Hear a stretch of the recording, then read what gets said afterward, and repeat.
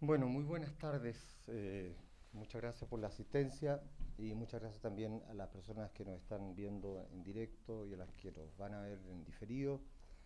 Eh, Hoy día tenemos hemos pretendido invocar algo de controversia en nuestras reuniones, porque un tema que siempre va a ser controvertible al extremo tal que algunas personas hacen nada en algunas pacientes versus otras personas que hacen todo para pacientes que tienen exactamente las mismas condiciones. Eh, eh, el- el- Esas son situaciones en las que no son muy frecuentes en medicina, pero en el ámbito de las trombofilias sí puede ocurrir. Lo que sabíamos el año pasado puede ya no ser eh, algo que esté prudentemente indicado este año, de tal manera que con el objeto de darle una mirada eh, global al tema de las trombofilias durante el embarazo, quisimos invitar a un amigo y a un viejo amigo en realidad, y, y ahora experto en medicina materno-fetal, al doctor Rodrigo Sáez. Él nos va a hacer inicialmente nos va a dar una visión del problema de la tropofilia en el embarazo, fundamentalmente respondiendo las preguntas que aparecían en en la programación que hicimos a través de Facebook y de Twitter. Con cesárea en las pacientes. Cuando una paciente ha estado con anticoagulantes orales, el ideal es hacer un traslape del anticoagulante oral a la heparina alrededor de las 35-36 semanas. Y en aquellas pacientes que requieren una anticoagulación más estricta hasta lo más cercano posible del parto, el ideal es ocupar heparinas no fraccionadas, que uno las puede suspender 3 a 6 horas antes. Y en todas las pacientes el ideal es ocupar media antiembólica. Respecto a la anestesia regional, la suspensión de la anestesia en aquellas pacientes usuarias de heparina con dosis profiláctica debe ser 12 horas antes, y en aquellas con dosis terapéutica deberá ser suspendido 24 horas antes. Y el reinicio del tratamiento tiene que ser 6 horas después de un parto vaginal y entre 8 a 12 horas después de una cesárea. Y la dosis terapéutica 12 horas después de remover el catéter de la peridural. Respecto al periodo posparto, en el periodo posparto es posible ocupar anticoagulantes orales, no pasan por la leche materna, el ideal es que en las primeras horas de inicio del tratamiento anticoagulante oral ocupemos también al mismo tiempo heparina de bajo peso por unos 3 a 5 días hasta que alcancemos un INR de 2 a 3 en al menos dos ocasiones, para evitar el riesgo improbable de una necrosis cutánea que se asocia con algunos déficits de anticoagulantes, y por el hecho de que los anticoagulantes orales en su tratamiento inicial pueden bajar más todavía los anticoagulantes endógenos. Cuando uno ocupa la heparina y está con dosis terapéutica, uno tiene que reajustar la dosis dependiendo del cambio del peso de la madre y la duración de la anticoagulación. En general, en estas pacientes no debiera ser más allá de 6 semanas. En algunos casos con historia trombótica, yo creo que va a hablar Alejandro, puede ser por 6 meses, incluso por más tiempo. ¿Qué es lo que está descrito respecto al manejo de las embarazadas con complicaciones obstétricas? Eh, las primeras publicaciones son básicamente publicaciones que son análisis retrospectivos, en los cuales las pacientes que habían tenido una mala historia obstétrica y que eran tratadas en un segundo embarazo eran comparadas consigo mismas como grupo control. Y eso claramente como nivel de estudio es una evidencia de muy mala calidad. Pero los primeros estudios nos daban bastantes señales de que era auspicioso el uso de este tratamiento. En los últimos años esto ha ido cambiando. Por ejemplo, en las pacientes que tienen aborto recurrente, los principales estudios randomizados eh, no han demostrado utilidad del uso de la heparina bajo peso molecular respecto de usar solamente aspirina o incluso placebo. Hay que ser cuidadosos en esto porque también estos estudios no son perfectos. Incluso hay quienes critican que algunos de estos estudios tienen como diagnóstico o usan como diagnóstico el aborto recurrente con solo 2 abortos, sabiendo que ese grupo de pacientes en el fondo tiene un excelente pronóstico porque hasta el 80% puede tener un embarazo normal y no abortar en forma espontánea sin más tratamiento. Por lo tanto, hasta ahora no hay evidencia del uso de las heparinas en las pacientes con aborto recurrente, pero ojo porque con estudios de mejor calidad tal vez eso podría cambiar. Ahora, ¿qué es lo que está publicado en pacientes que no tienen aborto recurrente, sino otro tipo de complicaciones? Por ejemplo, este es un estudio hecho en Canadá, que es un estudio randomizado de pacientes que tenían complicaciones placentarias, preeclampsia severa, restricciones severas, feto muerto in útero y desprendimiento en pacientes sin trombofilia, y se las randomizó a 114 pacientes a utilizar Fragmin. Y el outcome primario, que fue un conglomerado de patologías, que son prácticamente las mismas que habían hecho estudiar al grupo paciente, demostró que era reducido en un 85% en aquellas que eran usuarias de Fragmin. Este es otro estudio interesante, este es un estudio francés, en que estudiaron 250 pacientes que tenían antecedentes de un desprendimiento de placenta.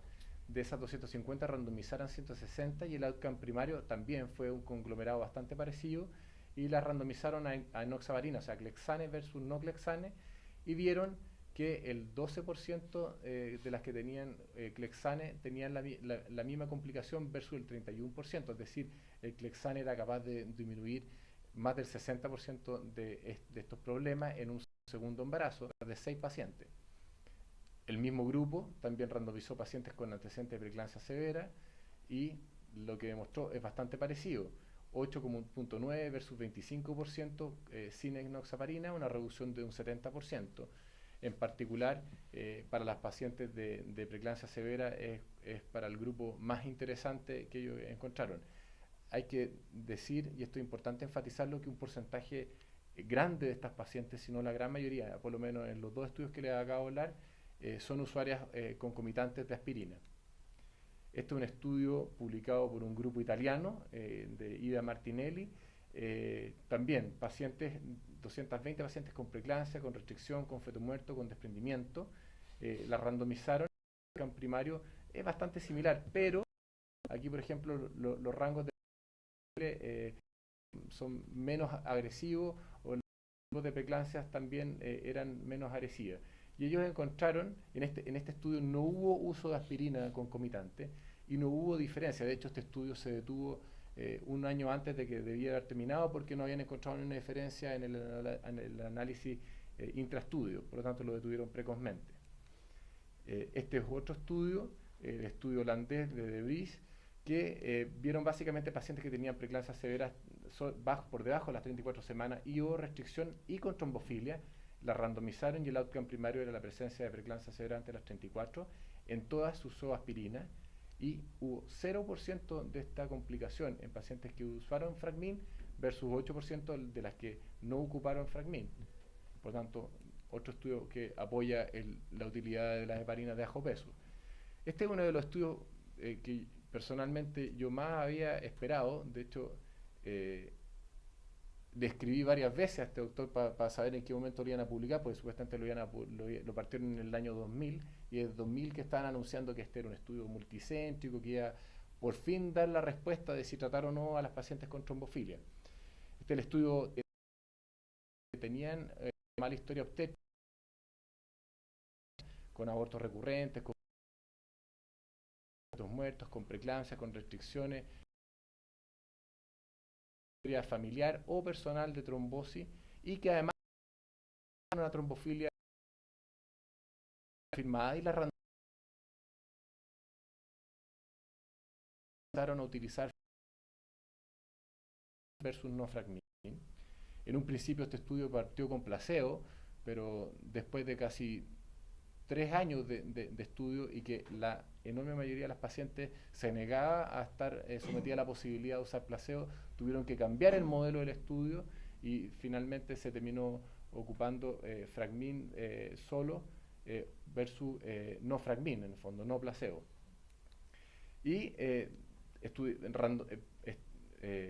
investigaron a 3.000 pacientes, pero finalmente fueron capaces de randomizar 292 pacientes en 12 años. El outcome primario fue lo mismo: preeclampsia, restricción, feto muerto, fenómeno trombótico. Y ellos no encontraron diferencia entre el uso de Fragmin versus no Fragmin. Y concluyeron que en pacientes con trombofilia el uso de heparina de bajo peso no está indicado para reducir las complicaciones de origen placentario. Pero hay varias cosas que son controvertidas respecto a este estudio. El N calculado que habían hecho estadísticamente para obtener un poder del 80% estadístico de la investigación y así calcular el N, ellos esperaban una reducción del 33% de estas complicaciones y esperaban que el grupo control tuviera 49% de las complicaciones y en realidad obtuvieron 18% de las complicaciones principalmente. Por lo tanto, hay evidencia que nos apoya que en estos casos severos podríamos utilizarlo. Ahora, lo que uno podría decir es que también hay evidencia cada vez más fuerte respecto al uso de aspirina iniciada antes de las 16 semanas que es capaz de reducir significativamente la ocurrencia de preeclampsia severa, de restricciones, de muerte perinatal. Por lo tanto, uno podría decir, bueno, ¿y el efecto en esos estudios habrá sido la heparina o habrá sido la aspirina? Y la verdad es que yo iba a quedar hasta esta diapositiva hasta que me encontré con este último estudio que salió publicado recién, que es un estudio del grupo de Nicolaides con un grupo canadiense en Quebec, que revisaron todos los estudios que había respecto a preeclampsia y seleccionaron 8 estudios en los cuales se había randomizado para el tratamiento antes de las 16 semanas, buscando como outcome la presencia de preeclampsia o restricción, y se dieron cuenta de que cuando uno comparaba a aquellas pacientes que ocupaban solo aspirina versus aquellas que ocupaban aspirina más heparina bajo peso molecular, había una reducción significativa de preeclampsia, de restricción y en particular de preeclampsias bajo las 34 semanas. Por lo tanto, el efecto de la heparina aparentemente es sinérgico con la aspirina y es mejor en este grupo paciente. Este es una humilde experiencia que tengo yo en el Hospital San José. Estos son pacientes que yo veo hace ya más de 10 años. En un periodo entre el 2010 al 2013 vi 150 pacientes con mala historia obstétrica, con un manejo individualizado, muy parecido a lo que les acabo de escribir. Se le hizo estudio de esas 150 solo a 100, encontré un 67% de trombofilias positivas. De las pacientes con trombofilia positiva, el 75% tenían trombofilias aisladas, principalmente el síndrome antifosfolípido y el déficit de proteína C. De las pacientes que ocuparon heparina, el 61% recibieron dosis profiláctica y mis resultados fueron una gestación al promedio del parto a las 37 semanas con un peso promedio de 3 kilos 80 y solo hubo 2 casos de feto muerto in útero y un aborto. Uno de los fetos muertos in útero fue una rotura prematura de membrana abajo a las 28 semanas.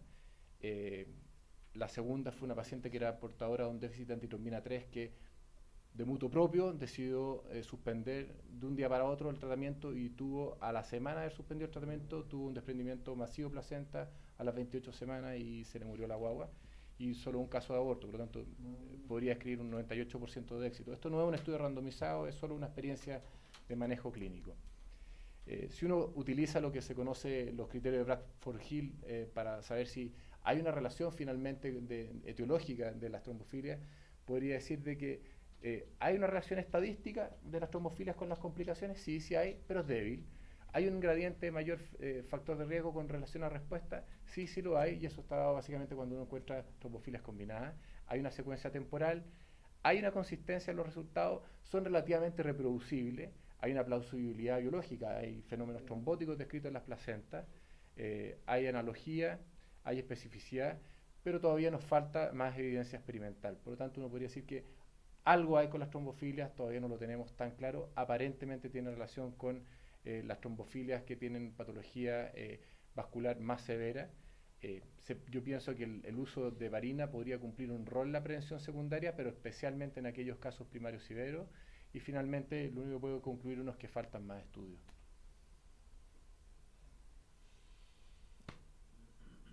Preguntas.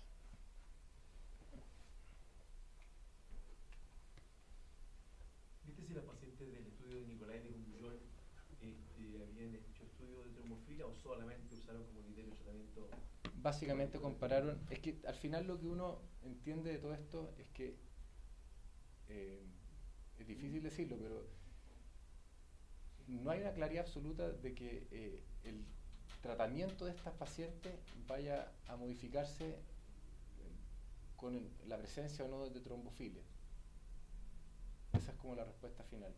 Por lo tanto, en la gran mayoría de los estudios, tú te das cuenta que se le hace estudio de trombofilia, es variable de cada grupo. El grupo El grupo francés le hace estudios describen estudios de alrededor de 16-20% de las pacientes. El grupo canadiense la habían estudiado todas. El grupo italiano prácticamente no lo estudian. Los grupos israelíes en general lo estudian a todas. No hay unanimidad respecto a la presencia de trombofilia y cuánto eso marcaba el efecto benéfico que hubo con la adición de la aspirina y la heparina en realidad.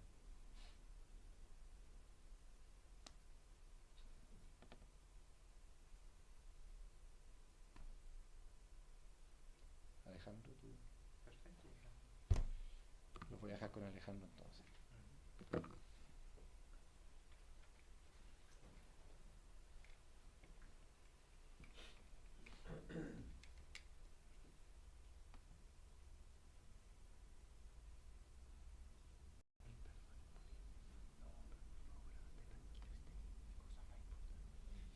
Te dejo las herramientas del moderador por el lado.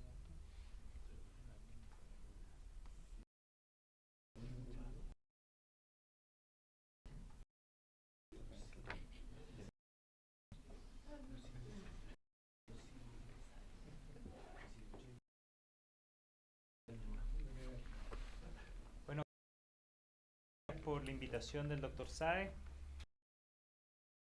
Nos toca conversar entre los que tenemos con los pacientes que presentan con trombosis o que tienen factores de riesgo. El doctor Sáez habló de gran parte de la cosas o algunas para el fondo un poco del diagnóstico, tratamiento y de la tromboprofilaxis, sabiendo siempre que las decisiones terapéuticas, como bien lo dijo el doctor, están basadas en guías clínicas y la gran mayoría están basadas en recomendación de expertos. Por lo tanto, seguimos realmente la duda y uno se va basando en distintas guías clínicas, puede encontrar algunas respuestas distintas o algunas opciones terapéuticas distintas según lo que va observando. Entonces, como ya y no voy a entrar en el detalle fisiopatológico de la compleja cascada de la coagulación, hoy en día llamada cascada celular de la coagulación, tenemos que tener en claro que es una causa de morbimortalidad muy importante, tanto materna como fetal. El embarazo efectivamente tiene más riesgo, 4 a 5 veces más riesgo de trombosis venosa y 3 a 4 veces más riesgo de trombosis arterial, siendo la gran mayoría, el 80%, fenómenos trombóticos venosos. Se reportan 2 cada 1000 partos aproximadamente y 1.1 de las muertes por cada 100.000 partos o 10% de las muertes maternas. Y yo creo que lo más importante, el mensaje que uno como no obstetra puede dar, que la mayoría de estas complicaciones son prevenibles o por lo menos pesquisables. No voy a entrar mucho en el detalle, como dije, fisiopatológico, pero claramente la situación del embarazo es una situación trombofílica. Y como muy bien dijo el doctor Sáez, tenemos factores de aumento de procoagulantes, principalmente factor 7, el 8, el 10, el factor von Willebrand, que se elevan en el embarazo. Tenemos aumento de los sustratos de la coagulación, tenemos un aumento del fibrinógeno, por lo tanto el embarazo se comporta como una situación inflamatoria desde el punto de vista hemostático, que son los mismos factores que se elevan en la inflamación. Hay una disminución de los anticoagulantes naturales dado principalmente por la disminución de la proteína S libre, que no es una real disminución de la proteína S, sino que aumentan los binding proteins de la proteína S, por lo tanto tenemos una disminución exactamente de la libre, que es la funcionante al final, por lo tanto hay un déficit relativo de esta proteína, y tenemos un aumento de los inhibidores de la fibrinolisis, haciendo que tengamos un estado procoagulante y un estado antifibrinolítico. Las consecuencias de esto, obviamente el aumento del riesgo de trombosis, aumentan los marcadores de generación de trombina, o sea, tenemos más generación de trombina, tenemos aumento de los marcadores de generación de fibrina, y uno de estos es el dímero D, y este es el no valor que tiene el dímero D cuando uno quiere buscar trombosis venosa profunda, porque se eleva per se en el embarazo. Y este estado retorna a la normalidad aproximadamente 6 a 8 semanas posparto. Por lo tanto, y vamos a ver en adelante uno de los periodos más críticos, más allá del embarazo, es el periodo del puerperio. Y el periodo que muchas veces nos pasa que descuidamos, porque ya pasó el parto y ya están todos felices, y ese es el periodo en el cual los pacientes hacen más fenómenos. Siendo la enfermedad tromboembólica venosa un evento poco frecuente, que en el 50% de las veces, estos solo relacionan con otros efectos, digamos, que se denominan secundarios, como hospitalizaciones, como se denominan catéter. Yo lo que quiero mostrar acá, que en general los pacientes que hacen fenómenos trombóticos, la gran mayoría tienen 3 o más factores de riesgo, ¿ya? Y sabiendo, como lo distribuimos, que aproximadamente de la enfermedad tromboembólica venosa, la gran mayoría en el embarazo corresponden a trombosis venosa profunda, generalmente de las extremidades inferiores, y el 20%, y esta es la complicación más tenida, al tromboembolismo pulmonar. Pero si uno las distribuye por porcentaje, si uno tomara las trombosis venosas profundas y las divide por fenómenos preparto y posparto, vemos que la gran mayoría ocurren en el fenómeno del posparto. Los tromboembolismos pulmonares se distribuyen de manera más o menos equitativa entre el pre y en el posparto. Ahora, si uno busca dentro del periodo del embarazo, vamos viendo que si bien hay algunos estudios que muestran que durante todo el embarazo, independiente del momento del trimestre en que nos encontramos, existe el riesgo trombótico mantenido, hay otros estudios que muestran que mientras más avanza el embarazo, más riesgo tenemos, pero fíjese la diferencia del OR de un tercer trimestre versus un OR del posparto, que puede tener 10 veces más riesgo que lo que nosotros suponemos que es el momento de más riesgo de las mujeres embarazadas. Y si lo dividimos en los pacientes, aquí tenemos todos los partos, estos son los pacientes con cesárea y estos son los pacientes con parto vaginal. Claramente el hecho de tener una cesárea también per se nos aumenta el riesgo. Y después vamos a entrar en el detalle de los múltiples factores de riesgo. Y si uno empieza a buscar un tiempo ese, se suma a la hospitalización de un paciente normal más su embarazo. O sea, son criterios que a veces uno lo olvida. Ahora, cuando uno los divide por factores de riesgo menores o mayores, yo me quise detener un poco acá, dependiendo de la cantidad de veces que los pacientes tienen más riesgo. Siendo la inmovilidad, muchas veces pacientes hospitalizados, pacientes fracturados, etcétera, en embarazo, cerca de 40 veces más riesgo que una paciente normal. Dentro de las trombofilias congénitas, no es lo mismo tener un factor quinto de Leiden o una mutación del gen de la protrombina homocigota que heterocigota. El factor quinto llega hasta los reportes hasta 30 veces, el gen de la protrombina igual. Afortunadamente son muy raros, y es muy raro además que un paciente con un factor quinto Leiden homocigoto o un gen de la protrombina homocigoto no haya hecho algún otro tipo de manifestación trombótica previa. En general son trombosis en edades más tempranas, trombosis en sitio atípico, pero existe, hemos visto pacientes con factores homocigotos. La trombosis venosa profunda previa es extremadamente importante, y otros signos como, por ejemplo, infecciones en el periodo posparto. Si buscamos e intentamos ver el peso ahora real que tienen las trombofilias, vemos que el factor quinto de Leiden homocigoto efectivamente aumenta el riesgo de trombosis, al igual que el heterocigoto.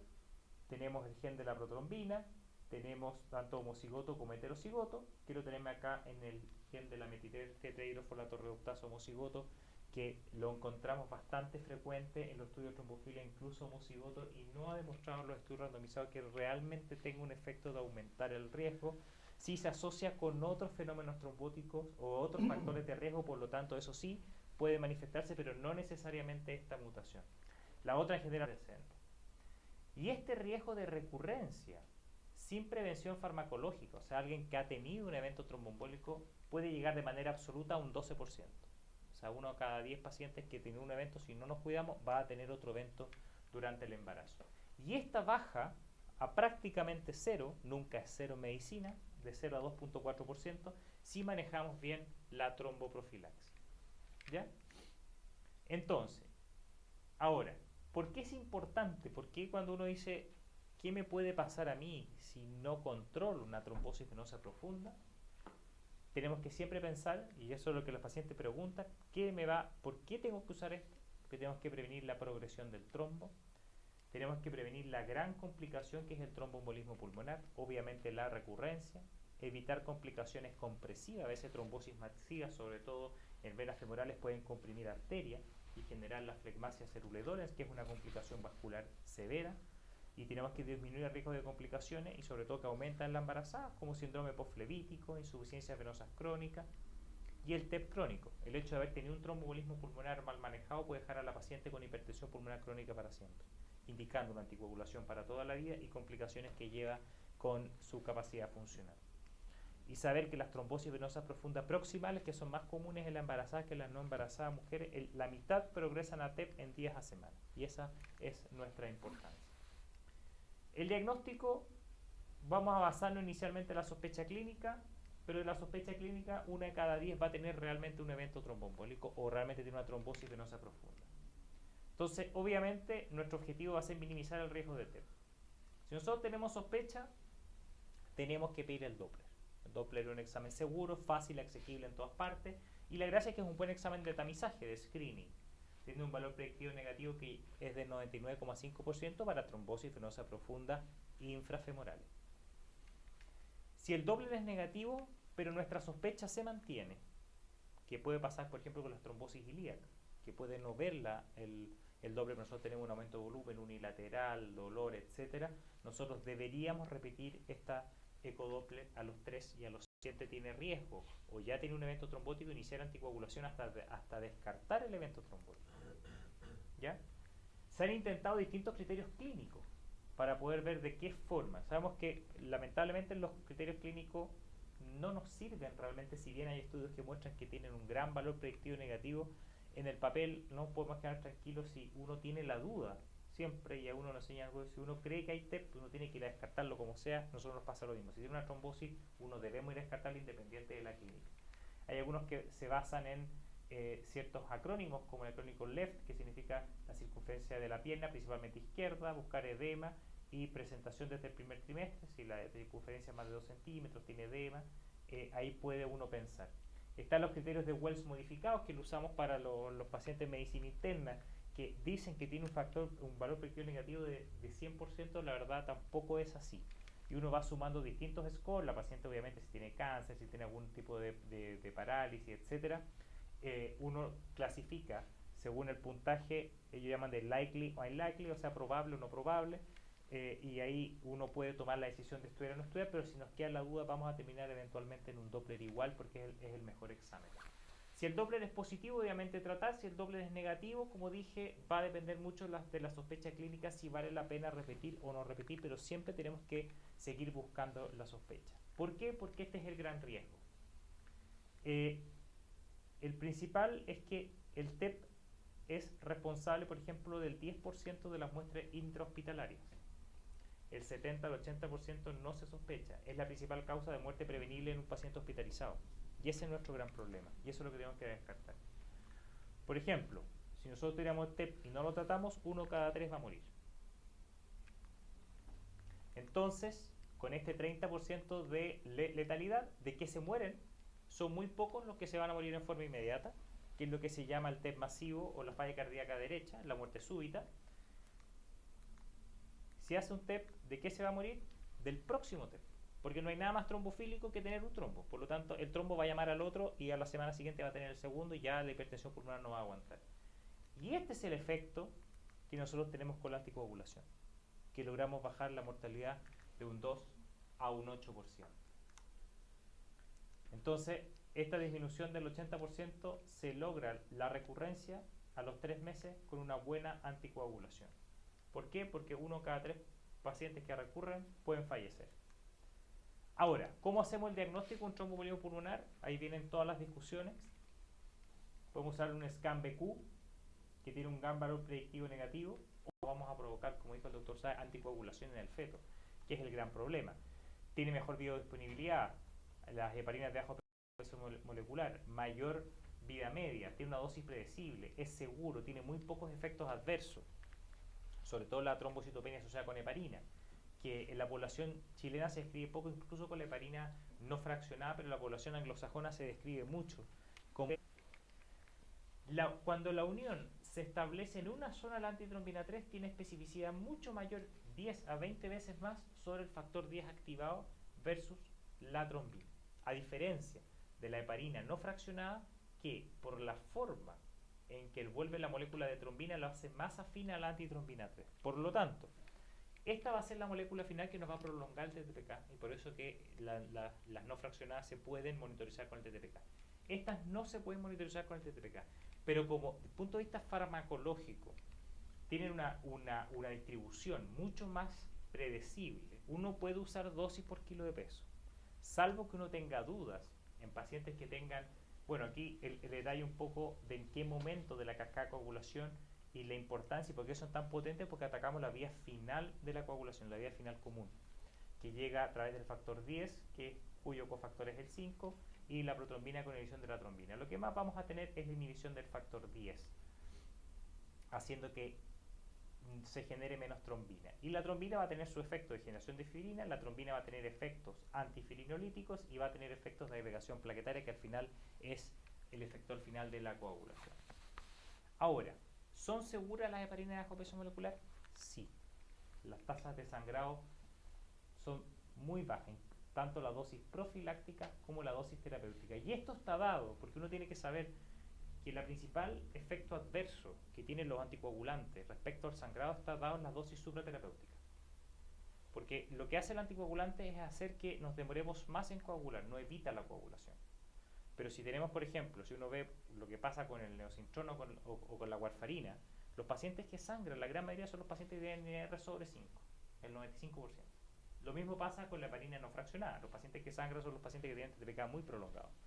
La heparina de bajo peso molecular es más difícil lograr ese efecto, por lo tanto son mucho más seguras. Y las tasas de un sangrado clínicamente significativo, en general, si uno dice que tiene un riesgo de 1.7, pero con un intervalo de confianza que va de 0.6 a 4.9 versus no usarla, por lo tanto son seguras. ¿Ya? Las reacciones alérgicas igual, la disminución plaquetaria no hay ninguna variación, al igual que las fracturas osteoporóticas. ¿Cómo se usan? Depende de lo que uno quiera usar.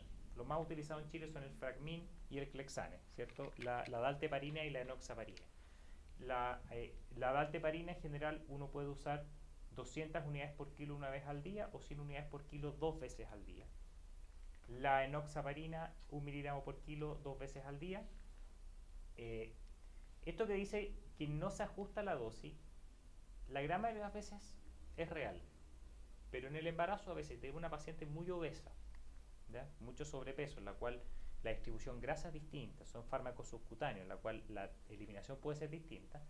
Se ideó hace aproximadamente 10 años la medición de la inhibición directa del factor 10, y eso está bastante disponible, y uno puede medirla, y se llama, digamos, actividad anti-10 activado, que lo que uno hace es tomar un kit de factor 10, lo activa, le va mezclando concentraciones del plasma al paciente a ver a qué concentración es capaz de inhibirlo, y eso le da un índice y equivale con una dosis nivel entre 0,6 y 1 unidad por ml, equivale aproximadamente a lo que sería un NR entre 2 y 3, para que se vea la analogía. Entonces uno puede medir, sobre todo los pacientes cuando son extremadamente flacos, muy obesos, por ejemplo, no es el caso de la embarazada, pero los pacientes muy añosos, que uno supone que tienen la misma farmacodinamia, puede ser que no la tenga, ahí es mejor medirla. Los inhibidores de vitamina K, principalmente la warfarina y el acenocumarol, tienen el riesgo que ya dijo el doctor Sáez, atraviesan la placenta, aumentando el riesgo principalmente de hipertrofia fetal, teratogenicidad, que puede ser tanto la exposición de primer trimestre como alguna la exposición durante todo el embarazo, y tienen el principal riesgo del sangrado fetal. Como bien explicó, no sabemos realmente cómo está el INR del feto. Los inhibidores de la vitamina K no son anticoagulantes directos, sino que lo que hacen es inhibir el ciclo de la vitamina K. La vitamina K es fundamental para la carboxilación, o sea, para la activación fisiológica de los factores que se llaman vitamina K dependiente, el 2, 7, 9, 10, incluyendo la proteína C y la proteína S, que también son anticoagulantes dependientes de la vitamina K. Una vez que eso se carboxila, la vitamina K se oxida y tiene que ser reducida nuevamente utilizando una enzima que se llama epóxido reductasa, que es la que es inhibida por los inhibidores de la vitamina K. La diferencia entre uno y otro, entre la warfarina y el acenocumarol, que son los que más hay en Chile, está dado principalmente por la vía media y por la variabilidad, pero ambos tienen el mismo efecto de inhibidor de la vitamina K. Los nuevos anticoagulantes orales, que van a empezar a escucharlos mucho, puse los 3 que hay en Chile, pero están apareciendo, están como 8 o 9 en estudio. Están los inhibidores directos de la trombina, que se llama el dabigatran, cuyo nombre comercial es el Pradaxa. Están los inhibidores directos del factor 10 activados, está el rivaroxaban, el Xarelto, y el epixaban, el Eliquis. No están autorizados en el embarazo. Tengo dos pacientes que me han ido a preguntar, incluso uno en otro país le habían ofrecido darle. Absolutamente no se puede utilizar ni como dosis profiláctica ni terapéutica porque no hay estudios, y los estudios in vitro muestran que atraviesan la placenta, por lo tanto no se pueden utilizar. ¿Qué pasa con la profilaxis? Aquí está el Clexane, el Fragmin, que es lo que más tenemos. Se ve bajo, se ve chico, pero no quiero entrar en el detalle de definir los factores de riesgo, porque ustedes van a ver que en cada guía clínica pueden encontrar distintas cosas. Y cada guía clínica, nosotros tenemos la guía madre, digamos, que es el CHEST, pero vamos a tener muchas derivadas. Y yo cuando entré un poco en el tema obstétrico, cuando estaba en la formación, digamos, de hemostasis y trombosis, conocí un montón de guías que no conocía, que está la guía inglesa, y son guías obstétricas que se dedican a este tema. Pero la gran mayoría lo que intenta es decir que si la paciente es de alto riesgo, o sea que ha tenido trombosis previa, o tiene una trombofilia de muy alto riesgo, uno podría plantear la opción de dejarle una profilaxis con heparinas de bajo peso molecular. Ahora viene la pregunta, ¿cuándo? ¿Se la parto en forma inmediata cuando llega la paciente, por ejemplo con un Leiden o homocigoto? ¿O se la parto en el puerperio? O sea, un periodo, porque nosotros tenemos que pensar que la paciente va a estar 9 meses más 6 semanas con una inyección diaria. Si la paciente en general, y esto es lo que recomiendan las guías de manera global, la paciente ya tenía un evento trombótico, eso es distinto.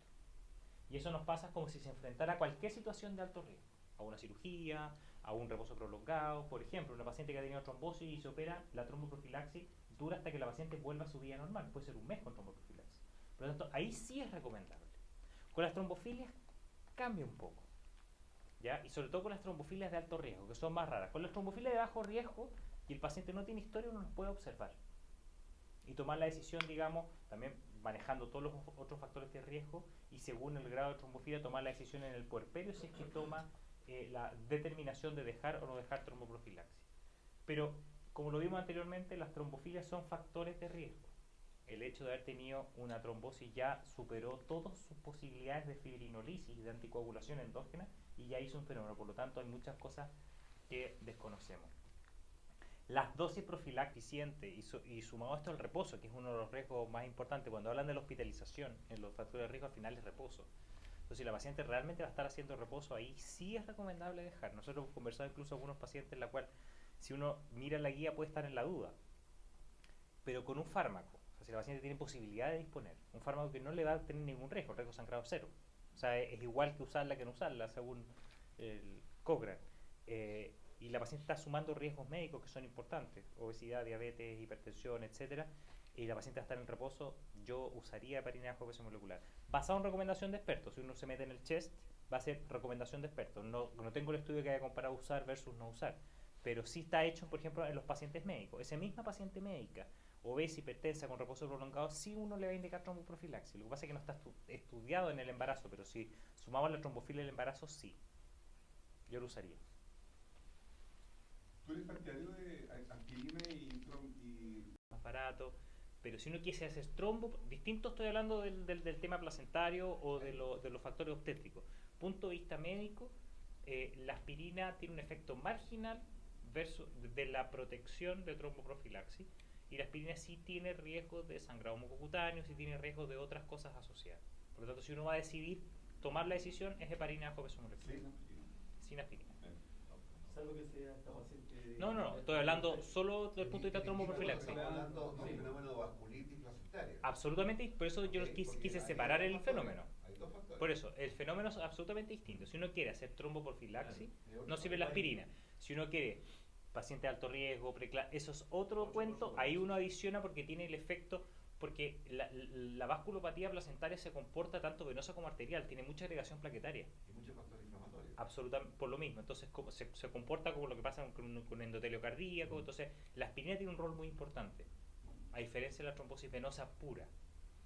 ¿Tiene efecto sumatorio el uso que está muy en boga ahora en el embarazo de omega 3 en alta dosis? Es controversial y no hay ningún estudio que demuestre realmente así que tú tomes y que sirva realmente. Es cardioprotector, se está modificando, pero así como de trombosis venosa profunda, no. Alejandro, uno de los elementos que mostraste de más riesgo en la embarazada es el reposo. Nosotros tenemos muchos casos de pacientes que requieren un reposo prolongado.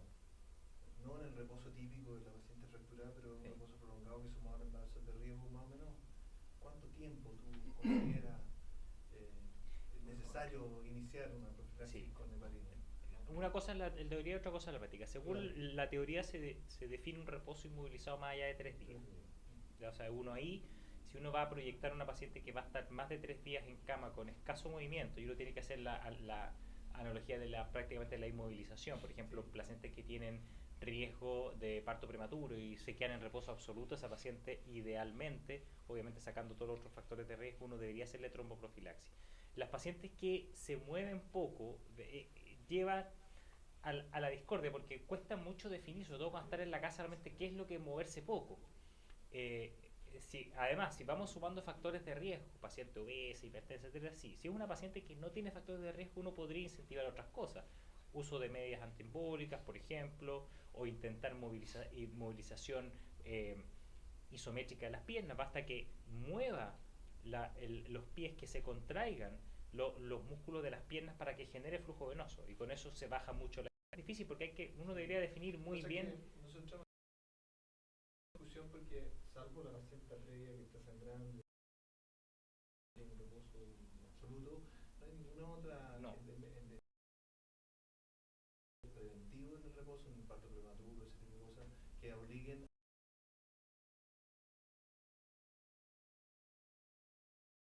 Ahí empieza la complicación.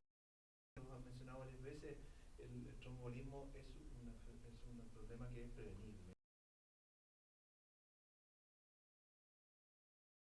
Está en nosotros por decidir si dar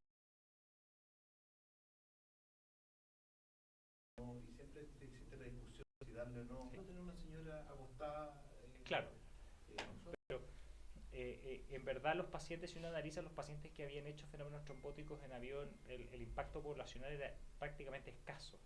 Entonces, y se sumaban muchos otros factores de riesgo, incluso casi hay asociación causal, o sea, tiene que haber un reposo demasiado prolongado en alguien en una posición muy viciosa.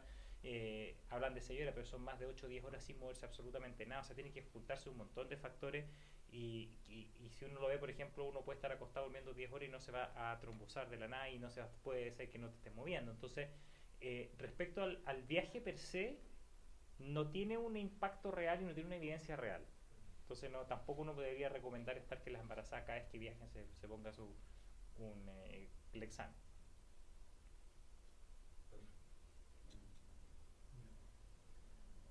Eso es lo que quería. No, de nada. Muchas gracias.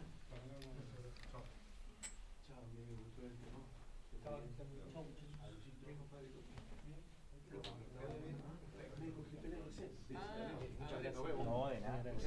Muy buena tu presentación. Gracias. Esto va a quedar en el canal CEDIP, que es youtube.com/CEDIP-TV. ¿Te puede dar la información? Te felicito, muy bonita tu presentación. Muchas gracias por la El tiempo invitación. más se va, Chao, que te digo, en una semana se decide es verdad, el número de visitas que... Yo lo vi bien. Buenísima. No estás entendiendo la Muy bien, voz. muchas gracias. ¿Cómo anduvo la...?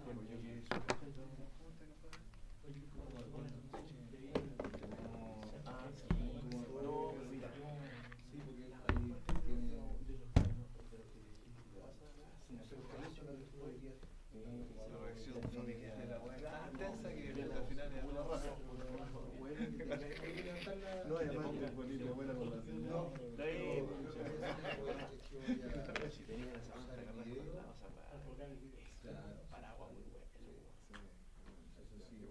Este es de Rodrigo, que se lo dejara afuera, porque lo van a buscar mañana, porque se tenía que ir, que su señor está... ¿Que se lo dejáis afuera o se lo llevo?